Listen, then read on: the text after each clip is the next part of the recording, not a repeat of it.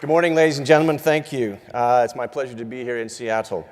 Anne Pettifor is the Director of Policy Research in Macroeconomics, otherwise known as PRIME, and an honorary research fellow at the Political Economy Research Centre of City University in London. She's also a fellow of the New Economics Foundation. Anne was also one of the leaders of Jubilee 2000, a campaign that succeeded in writing off over $100 billion of debt owed by 42 of the poorest countries in the world, many of those which are in Africa, where I spend my time. So that debt relief has been very key to getting the underpinnings of African growth. Anne was a key part of that.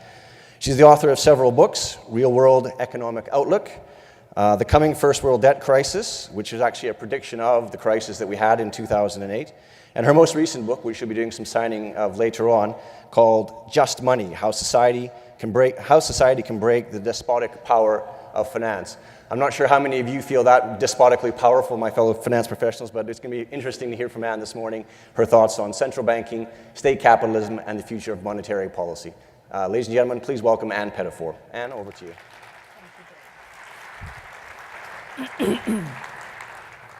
Thank you, James, very much. As James has said, I've just published a book called Just Money: How to Tame the Despotic Power of Finance. So I'm not a natural ally of this institution, and for that reason, I'm very grateful for the invitation, for the generosity of the invitation. Having said that, I think there is a lot that we have in common and that we can talk about, because my work was about how, in a sense, economists had failed to understand what was happening with the liberalization of finance after the 1970s, which had a massive impact in the debt build-up on the periphery of the global economy: Africa, Latin America, and parts of Asia. And so when I finished with that campaign, what I wanted to do was to understand what had gone wrong. Why had countries become so indebted when they hadn't been so before the 1970s? And what I came to the conclusion of is that professional economists don't really understand money, finance, and credit. And that's what I want to talk to you about today, because I don't believe that we can actually make good predictions, wise decisions, sound investments without a sound understanding of money. So it was Satya Das who said, if my slides could get going, modern finance is, I don't know where the slide is, modern finance is generally incomprehensible to ordinary men and women.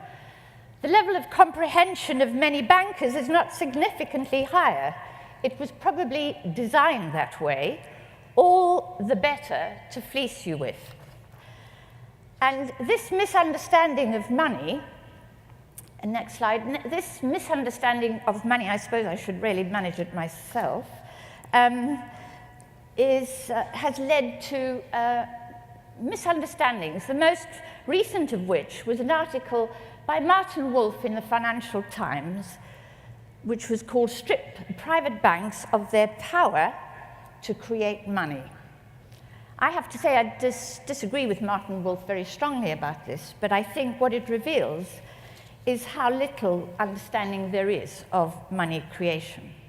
Paul Krugman, who's a highly respected economist, has produced a textbook, Macroeconomics, which is in its 3rd edition, in which he defines a bank as a financial intermediary and a loan as a lending agreement between an individual lender and an individual borrower. Now this, so this is based on the sort of exogenous monetary model that most economists share, namely that money is a bit like a commodity. There can be a shortage of it, and there can be a surplus of it. And banks are merely intermediaries between savers and borrowers. This is a deeply flawed theory of money. Orthodox neoliberal economic theory assumes also a powerful central bank control mechanism for the money system and for sound money. This also is at odds with reality and with free market economic thinking. And I'm very struck because today Alan Meltzer has a piece in the Wall Street Journal in which he particularly berates the Federal Reserve for its role in what he calls the growing threat of inflation.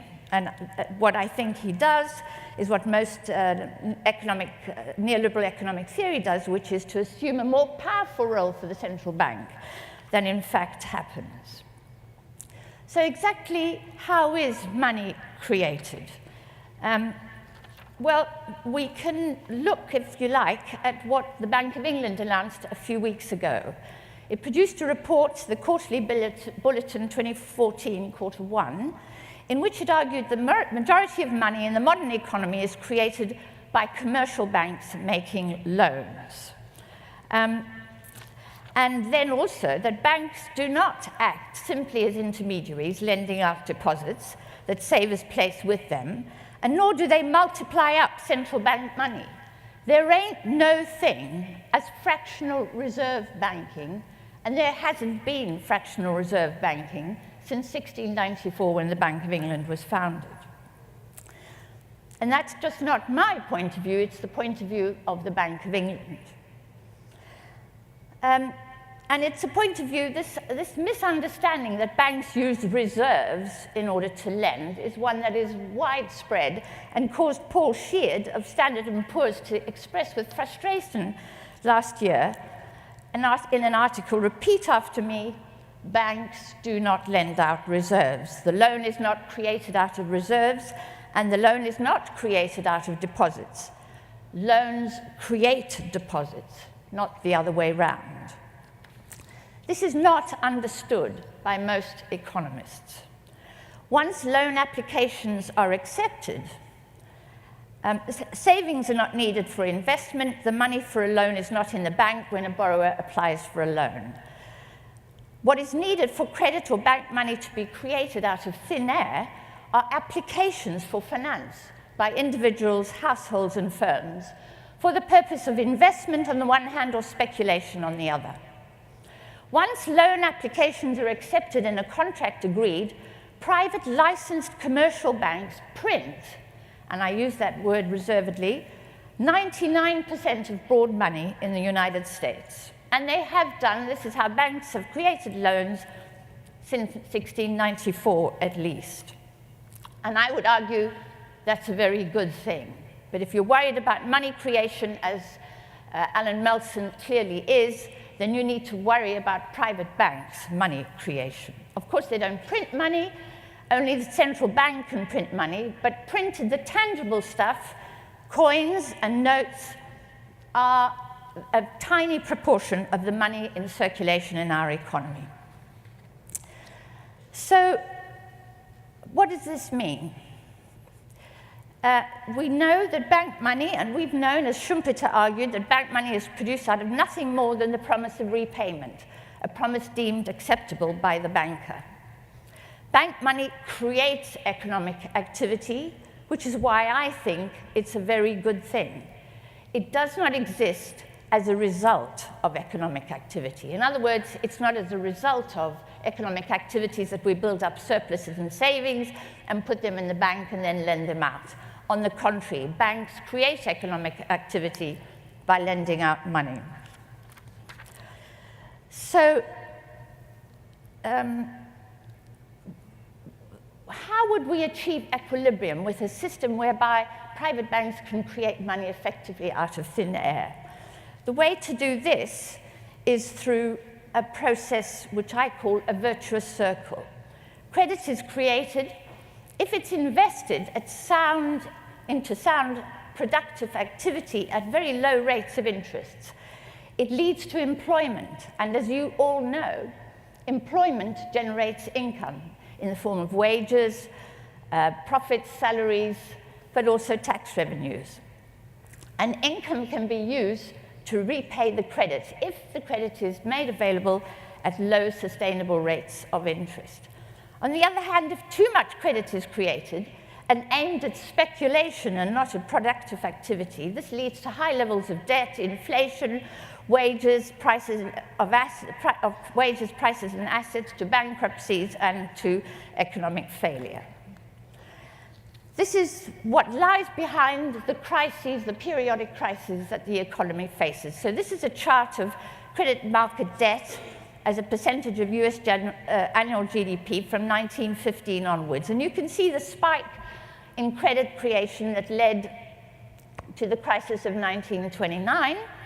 And you can see that after the war, when the markets were stabilized, when the banking system was managed very deliberately by the central bank, we had a period of stability known in economics as the golden age of economics.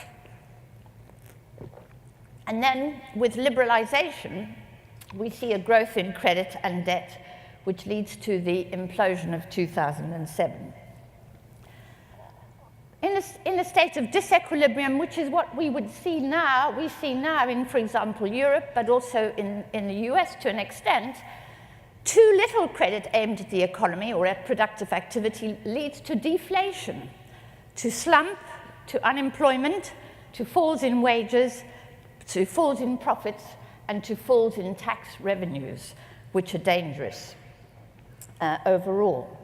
We haven't lived through an era of deflation. We don't really understand it. Most macroeconomic textbooks will not define deflation for you. They have pages and pages on inflation and very little on deflation. But can I tell you that in a world, in a global economy with very high levels of debt, deflation poses a systemic and serious threat. So what I want to talk about next is the role of the central banks in public money. Central banks are Janus-faced. They aim in two directions. They point in two directions. On the one hand, they defend the interests of the private banking sector, as we've seen them do since the crisis. They protect the national currency, set the value of the national currency. They mint the very small proportion of paper money and coins that circulates in the economy, and to an extent, they manage public finances. But the central banks have different mandates and so on. The Federal Reserve is largely a privately managed central bank. The British Bank of England is a public bank. It was nationalized in 1945 because of its failure to manage the economy in the 1930s, and it remains nationalized. It has a public mandate, whereas the Fed's mandate is for price stability, but also for employment, full employment. The Bank of England has a single mandate for price stability. The European Central Bank is unusual in that it's it's a bank that pursues private interests and does not really have a mandate to secure the public interest, the wider public interest, which is why partly we have 26 million people unemployed in Europe. So what the central banks have done over the last period is to provide $2.3 trillion in liquidity, in finance, if you like, to the private banking sector in the United States, and $16 trillion, according to Congress, to international banks, $16 trillion backed by American taxpayers to international banks and financial institutions. Now, there is no reason why central banks could not use money market operations to invest in public activity, and indeed to do so at times of slump. But for ideological reasons, this doesn't happen. The public money circuit, the virtuous circle, is completed not by repayment of debt from income, but by payment of taxes or fees earned from income generated by public investment.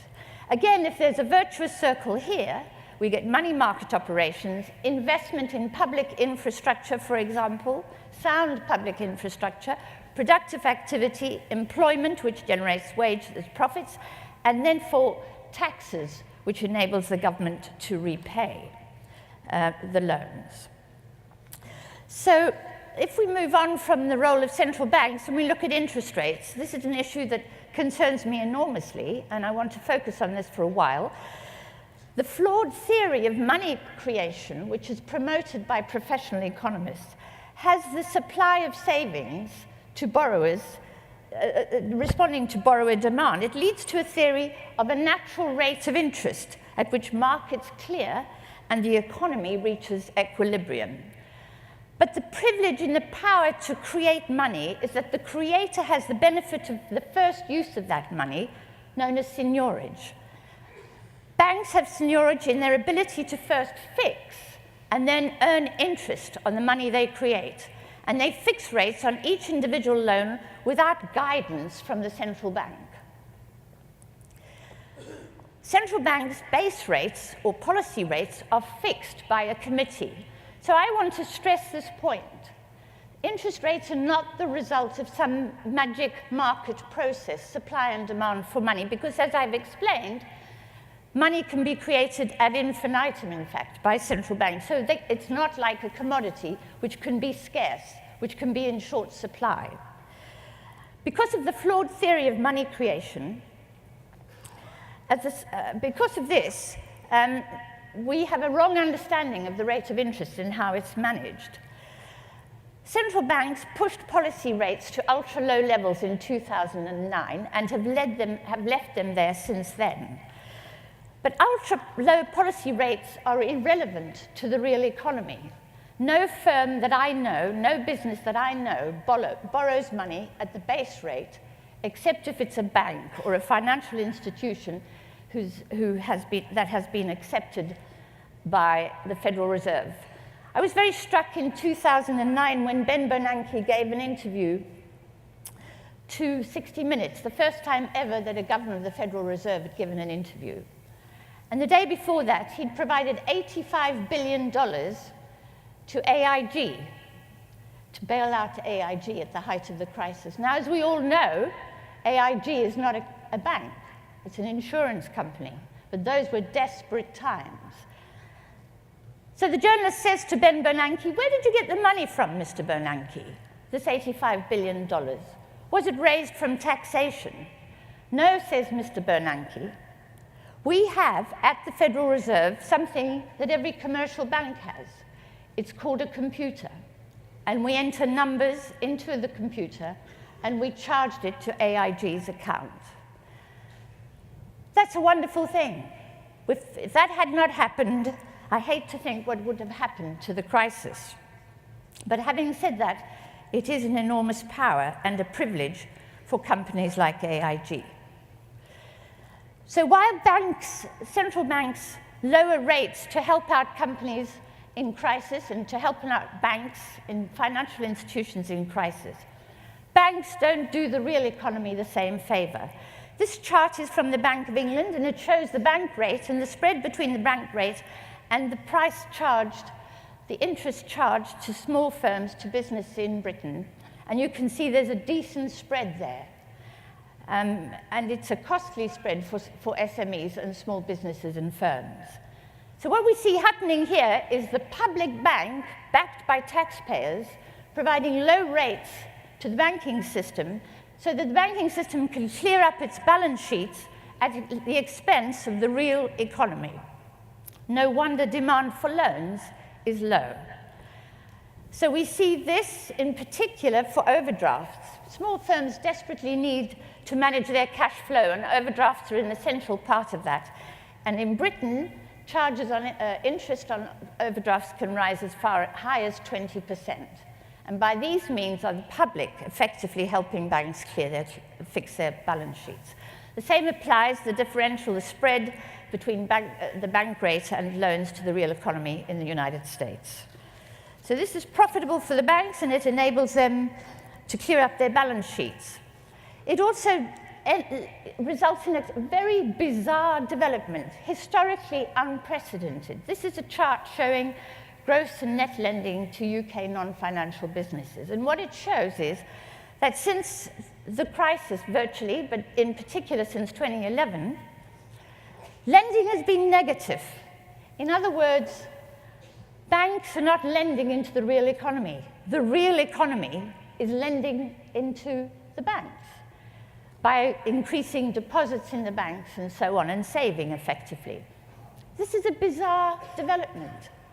The whole banking system was designed and created back by the Italians, the Dutch, and the British as institutions for lending into the real economy and making productive activity happen.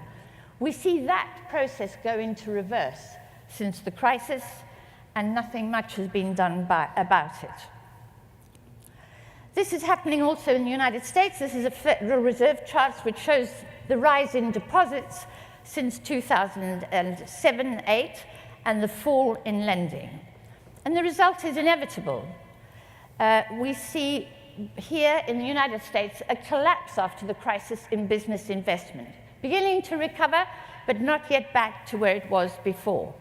It's more marked in Britain, where capital investment has collapsed. And of course, what's very interesting, I've got a chart here from the OECD, which shows that in Germany, investment has fallen. And Germany's growth at the moment is largely a function of the low euro, of the fall in the value of the euro, not of investment. These are worrying developments for anyone looking at the future economy. US public investment falls to its lowest level since the war. Worrying for the United States, which in my view needs to do an awful lot more to improve its infrastructure, potholes in roads, airports, and so on. So therefore, given this, what do I think is the outlook for the global economy, given these facts? I have to say that I'm not very optimistic. Because of the flawed economic orthodoxy which is dominant across the economics profession, and also amongst policymakers, there's been a failure to regulate or to manage the private printing of money so that it is aimed at productive investment and not credit-fueled speculation in both banking and shadow banking sectors. And we see very high levels of debt still in all the major economies, and in particular in the Anglo-American economies.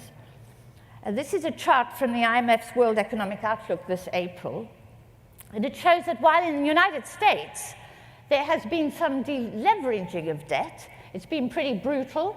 People's homes have been repossessed, they've been chucked out of their properties, and their debts have been written off. At least that brutal process has led to a decline in the levels of debt owed by the household sector. In Britain, levels of debt are still extraordinarily high relative to GDP.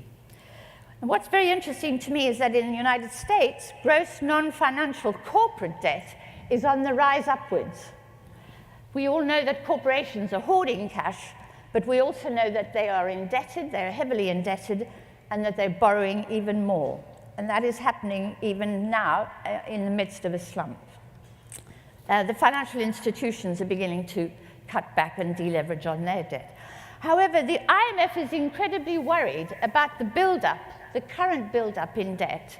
In its latest financial stability report, which came out in April, it argues that debt in the United States in highly leveraged loans now amount almost to 7 times earnings before interest, taxes, depreciation, and amortization, close to the levels last seen in the 2006-8 period.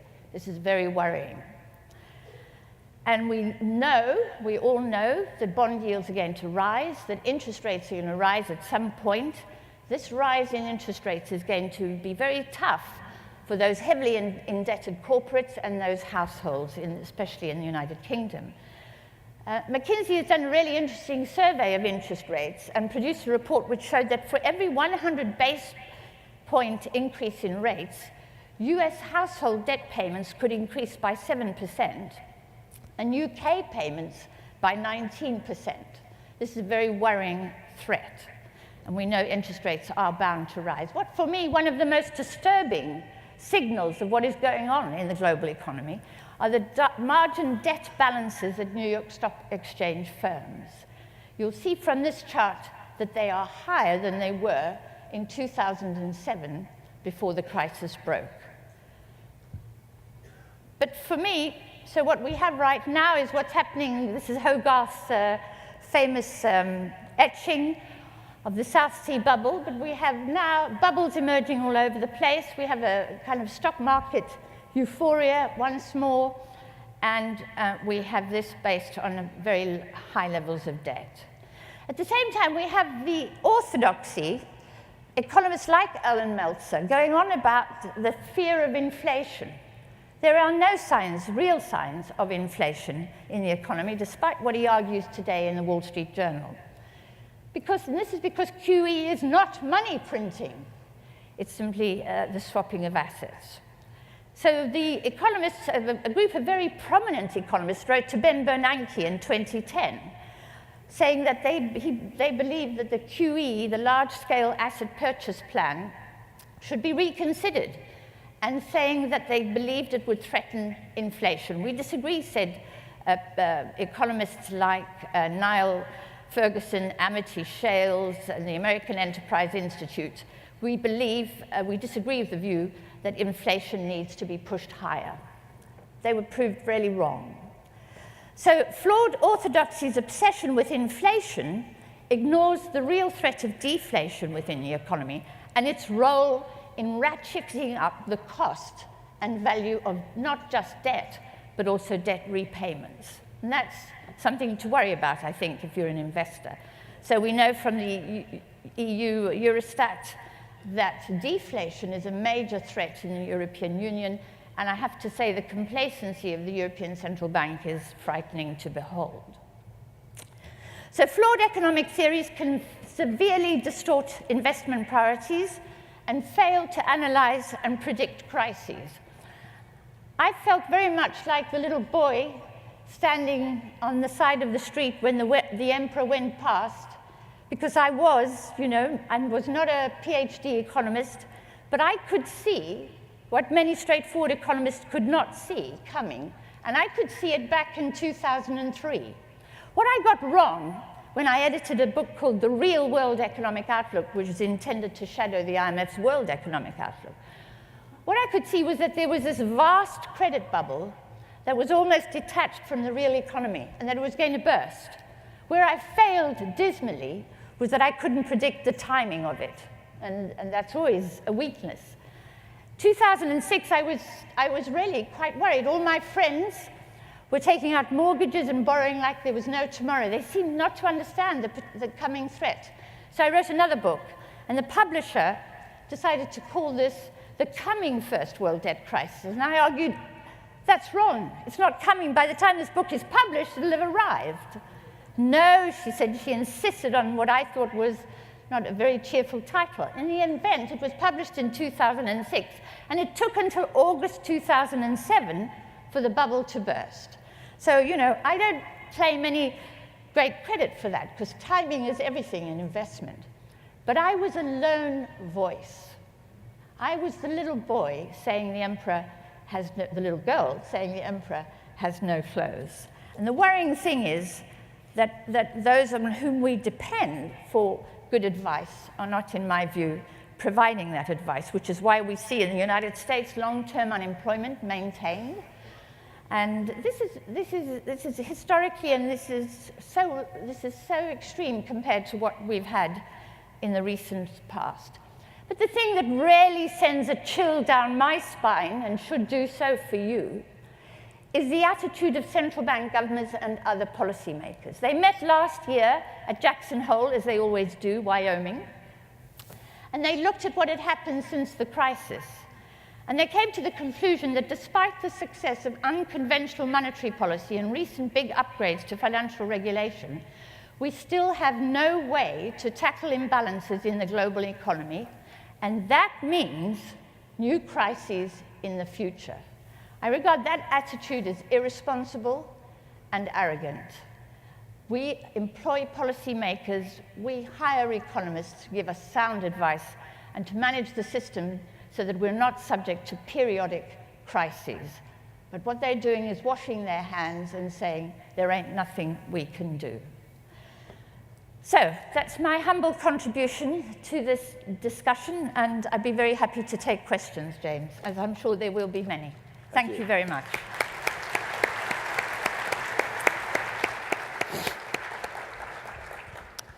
Thanks very much, Anne. I'm a banker, so yes, but we're getting along just fine, I think, so far.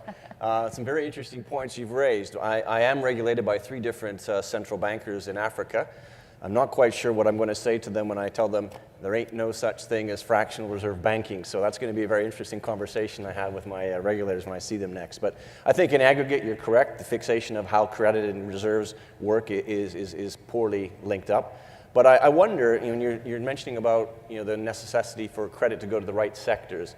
And therefore, do you think then the aspects we have with Basel and risk weightings and how we define what's an asset is part of the problem? It seems to be very random or very artificially driven, what's low risk. So I wonder more if the problem of the imbalances is the necessity of too much prescription in things like Basel and what we call an asset. Yeah.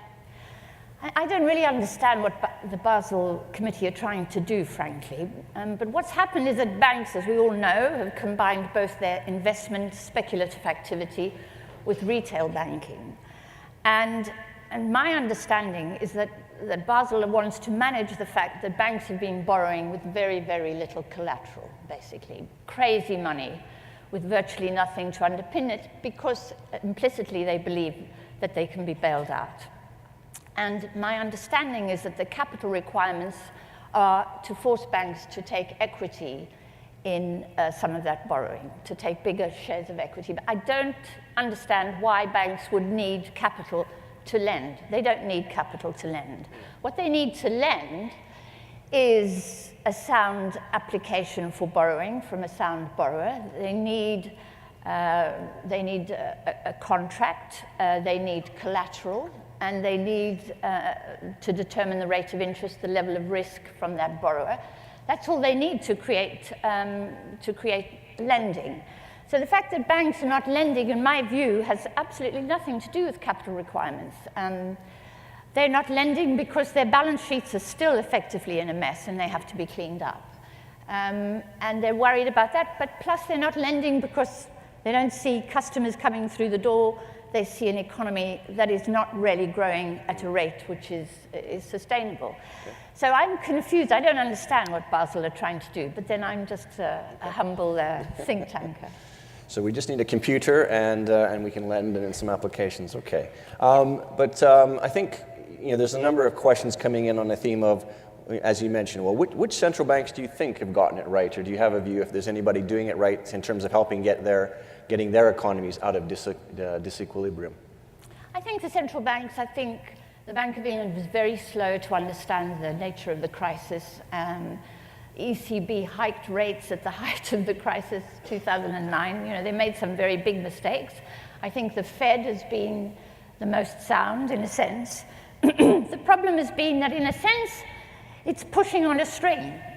The fact is that it's not possible for central banks to create finance, to create the liquidity the economy needs. That has to be done by banks, and that can only be done if the economy is actually thriving. And it's the weakness of the economy which makes the lending fall.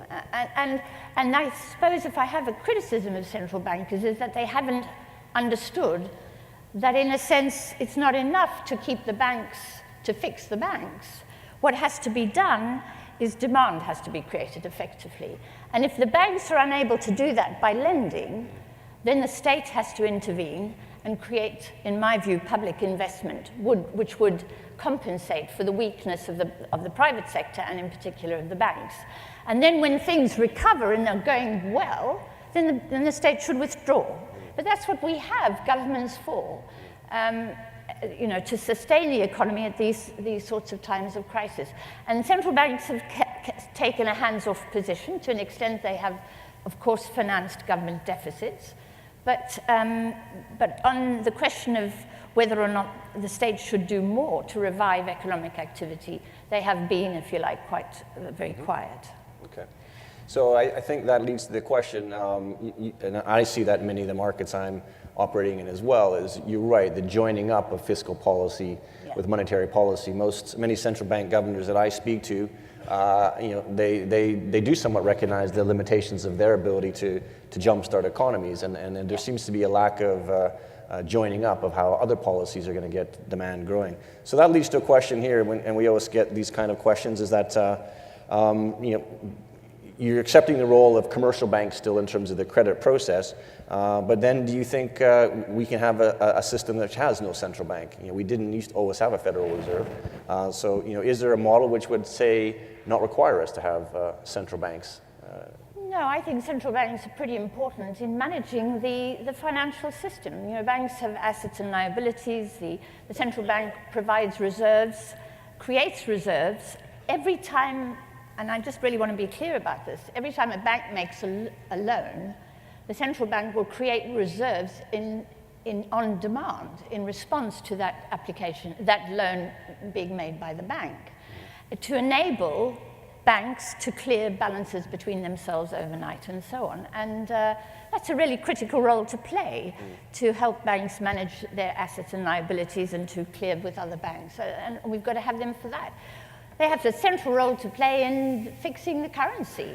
That's really, really important. You know, if a central bank doesn't do that successfully, then we don't have a currency in which to do business, and we need stable currencies. I'm not a Bitcoin enthusiast, by the way, and I don't believe that we can exist with that. So. Well, I think so. You are bringing it back to a different, maybe a reduced, if not less important, but a less wide scope of role for, I guess, central banks. And there's a speaker which is well known in our CFA circles, who's also got a book out called a gentleman named Jim Rickards. He's predicting that the current currency regimes that we have around the world will collapse, and that a system of IMF or SDRs may replace it. Is there any plausibility of that in your mind? I haven't read Jim Rickards' book, but I mean, Jim Rickard is a gold bug, if I'm not mistaken. You know, he believes in the commodity theory of money, and we haven't had commodity money, and we haven't had a financial system based on commodities since time immemorial. And thank God for that. You know, I have to say, I think what's not understood by the Jim Rickards of this world is that our monetary system is a great civilizational advance. It means that we never run out. There will never be a shortage of money for sound productive activity. Like you, James, I've worked in Africa, where they don't have the institutions that uphold a monetary system. They don't have proper legal systems to uphold contracts. They don't have criminal justice systems to catch crooks who don't honor their contracts.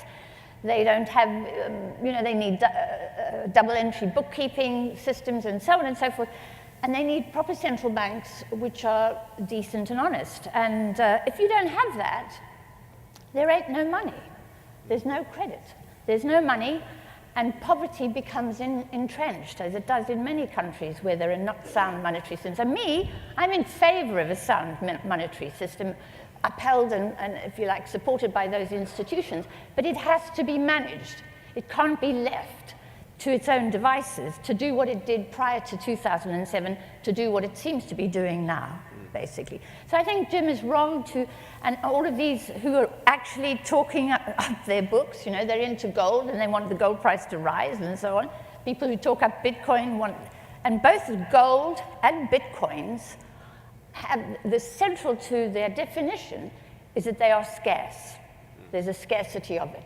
If we had to link the enormous variety and wonderful myriad different kinds of economic activity to the amount of gold in the vaults of central banks, we would do what we did in the 1920s, and we would limit economic activity. We would increase unemployment and bankruptcies and failure. Fortunately, we don't have that system. If someone has a big idea, if they want to be innovators, if they want to take risks, we have a banking system that will enable them to do that. And it doesn't depend on a scarce commodity like Bitcoin, which is apparently limited to the number of 21 million, or gold, which is also potentially scarce. So I'm very much against that view of the world. And there's a few questions coming in about you know, the philosophy or what's behind central banking. And so I think you would agree then that Bretton Woods was probably a good thing, but is there any limit? Is there any limit to the amount of money or the credit that's created then? I mean, where does it end if you say we can't maybe go back to gold standard, but is there no upper limit on the amount of money that should be circulated? You can't think of credit as being equivalent to income or equivalent to a set amount of economic activity. It would be as if you would be counting the possibility of people engaging in transactions on an everyday basis. What credit does is it enables us to undertake transactions.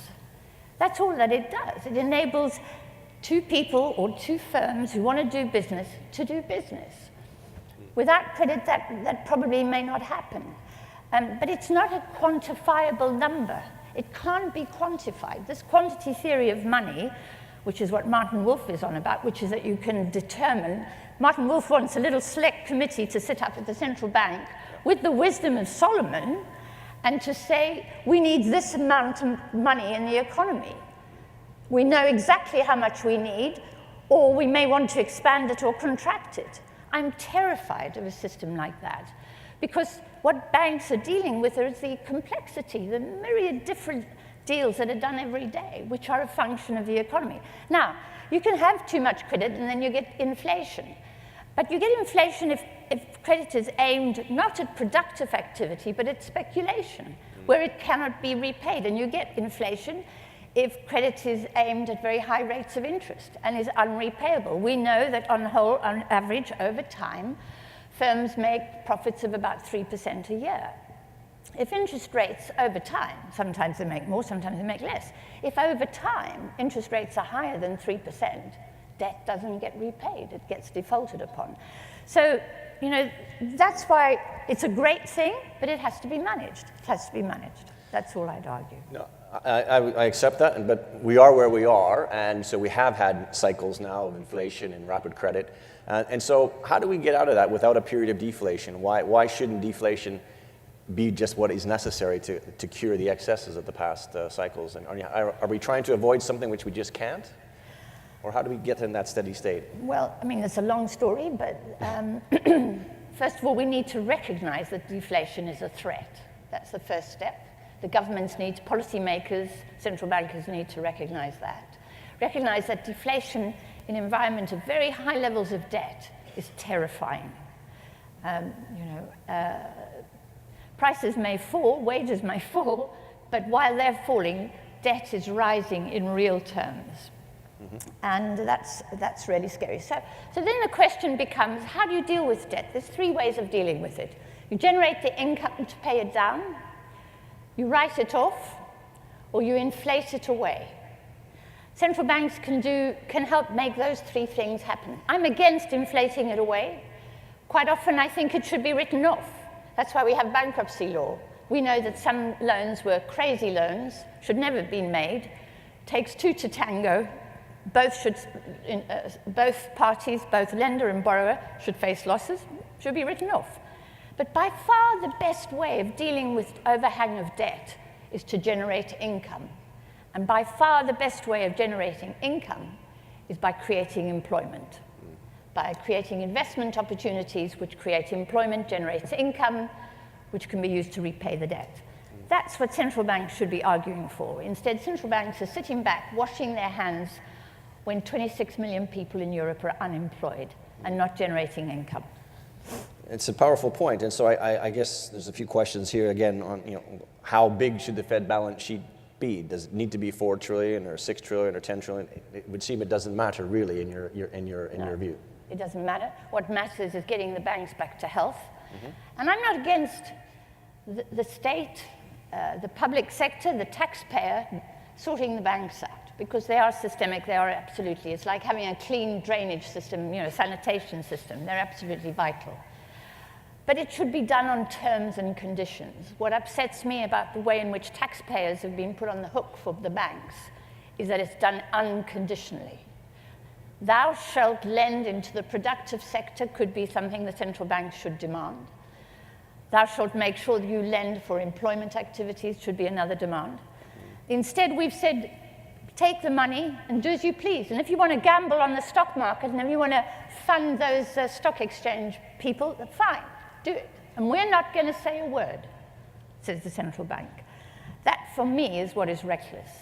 So I'm not against bailing out the banking system, but it should have been on terms and conditions. If the taxpayer is going to be on the hook for keeping banks clean and restoring them to health, then the taxpayer should have some terms and conditions attached to that. Okay.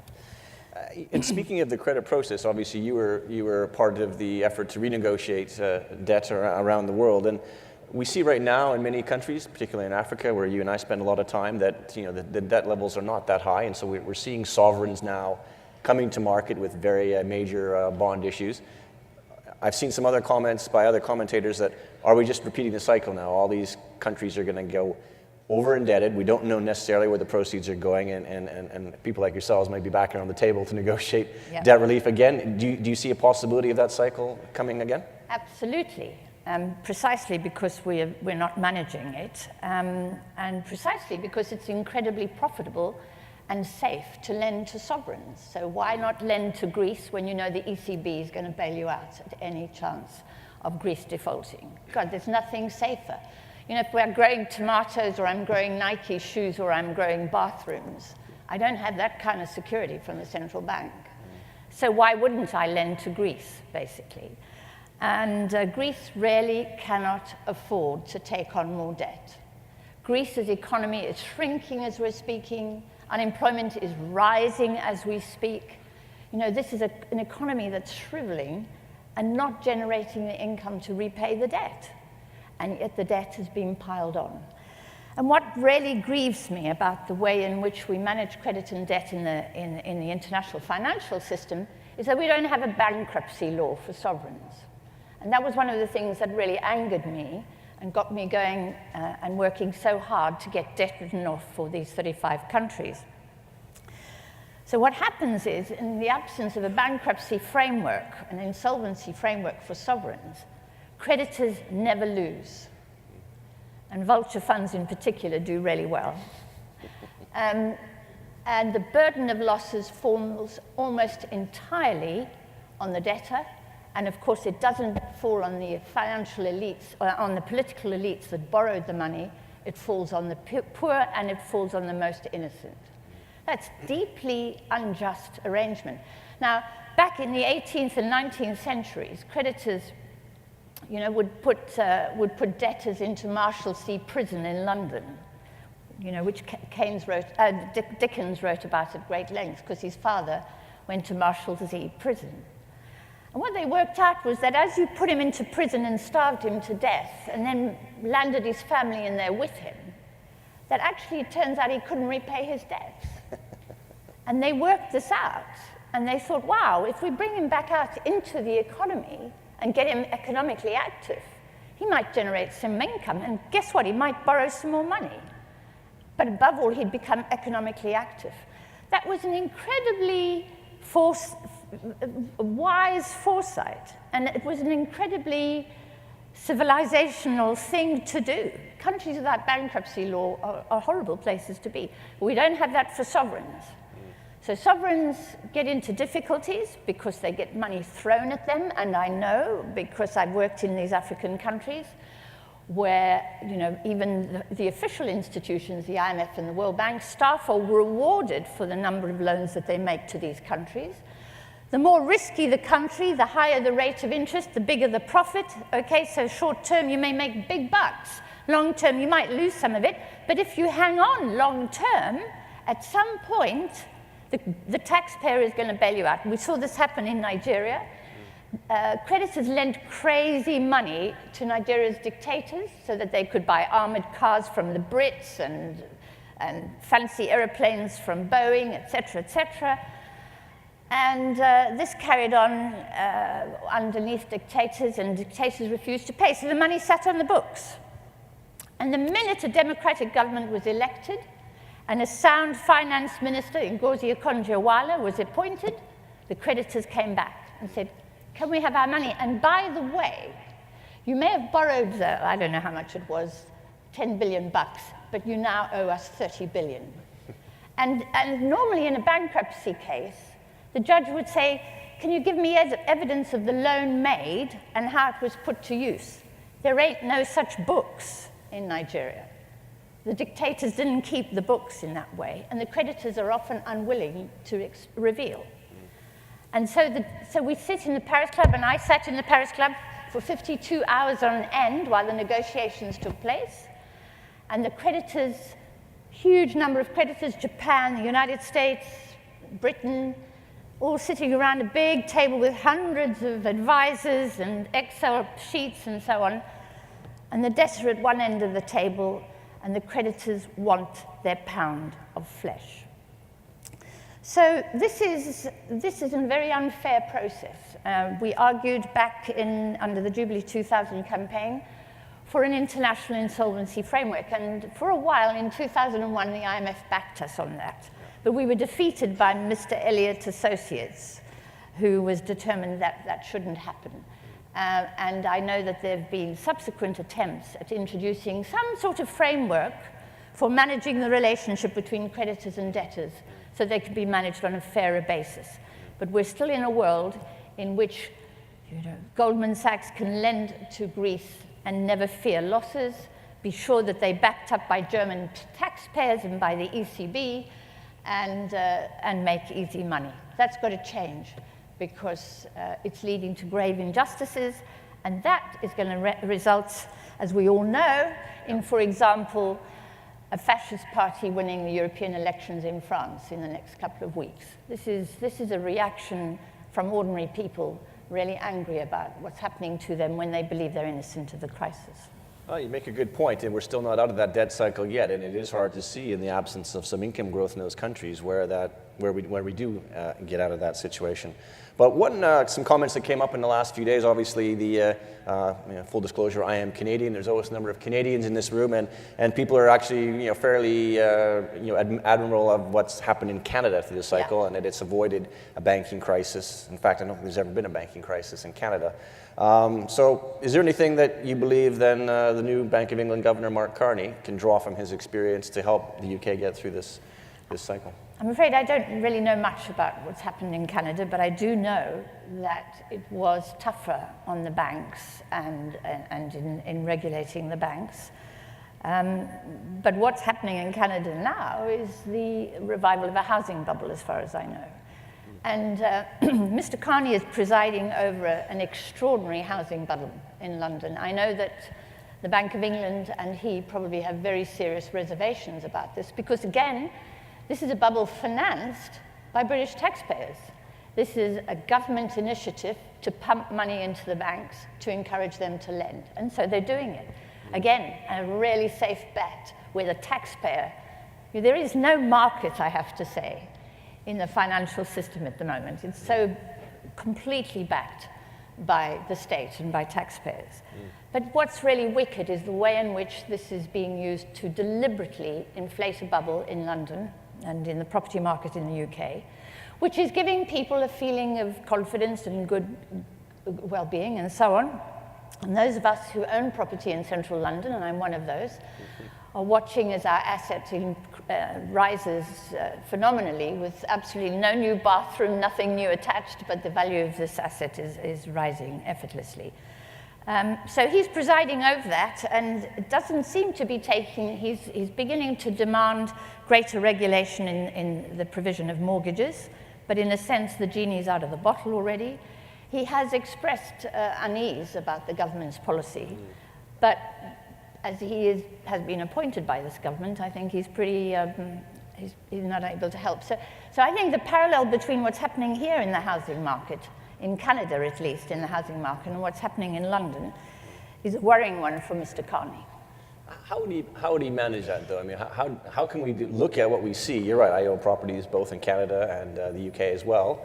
I'm quite enjoying the increase in prices. I can't tell you whether it's a bubble or too much speculation. I don't know how we put together reasonable panels or processes to understand that. What do you think some of the solutions are then that we can avoid speculation or excesses? Well, they're not complicated, and to be fair to Mr. Carney, he's already introduced some new regulation which says that banks now have to spend 3 hours questioning borrowers before they make loans. And I'm sure that's going to be tedious for risk assessors in banks, but it is a step forward. I only remember when I first applied for a mortgage, both my husband and I had to go and see the bank manager, and he sat us down and he gave us a really hard time. He wanted to know about the sustainability of our personal relationship, whether it was going to survive 25 years of debt repayments. That was quite a tricky question to be asked by your bank manager in those days. But when my son applied for a £400,000 loan in order to buy a house in central London because he works there and he didn't want to commute, he didn't get it quite at the end of a telephone line, but it was a much simpler process, and that's what worries me. I think you can make it harder for people to borrow. You can demand to know and to be assured as to whether or not They have a secure stream of income coming forward over the now. That's not always possible to judge, but in the good old days, James, that's what bankers used to do. That's why we had bank clerks, you know, and now loans are thrown around, credit cards are thrown around, with virtually no questions asked about the ability to repay. And I suppose the benefit of that is that the creditor can lend at very high rates of interest, as they did to subprimers, and you can grab 15% in the short term and hope like hell they don't implode for a while. But it's dangerous in systemic terms. So yes, I mean, in the before 1971, the Bank of England offered guidance to banks. And the terms were, look, you can have the bank, you can have the state's guarantee, you can enjoy all the benefits of a central banking system, but the terms are that you will lend sustainably and productively and not purely for speculation.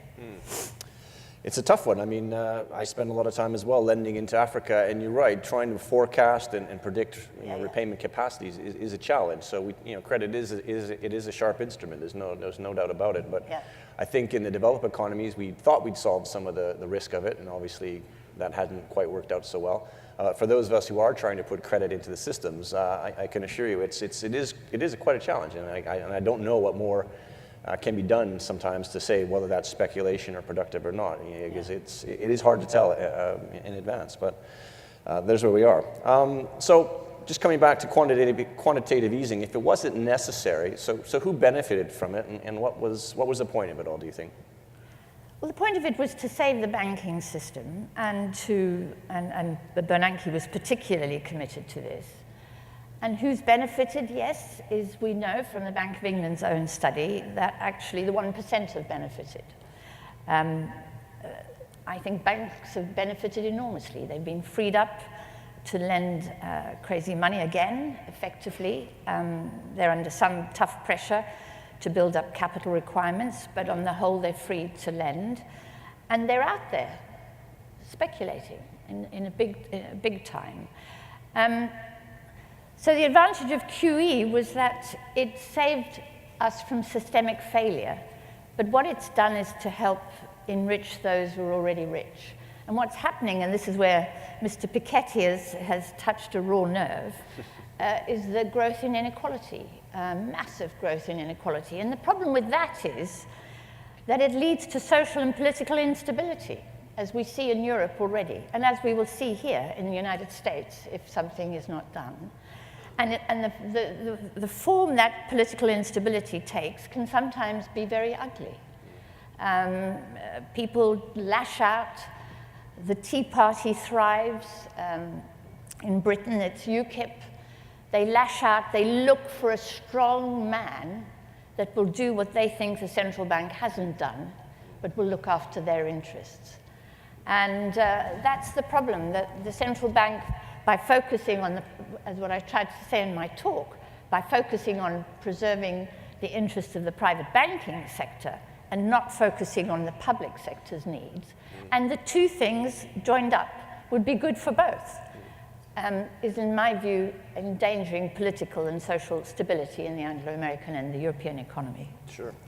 Look, we're down to our last few minutes, so let me just try and get a few thoughts on some other questions here. So, are you calling for another financial crisis? When will it begin? What will be the catalyst? Could it be China, for example? Or how do you see the next crisis coming? Is it coming?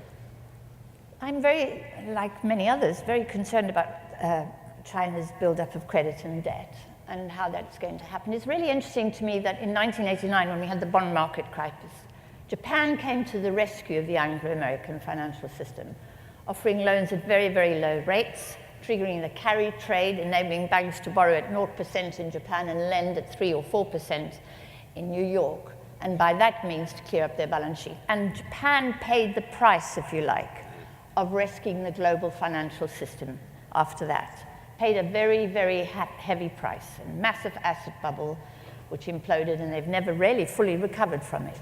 China did the same service to the Western economies in 2007 by investing massively, by massively expanding credit, by massively expanding domestic investment, and by buying from the global economy.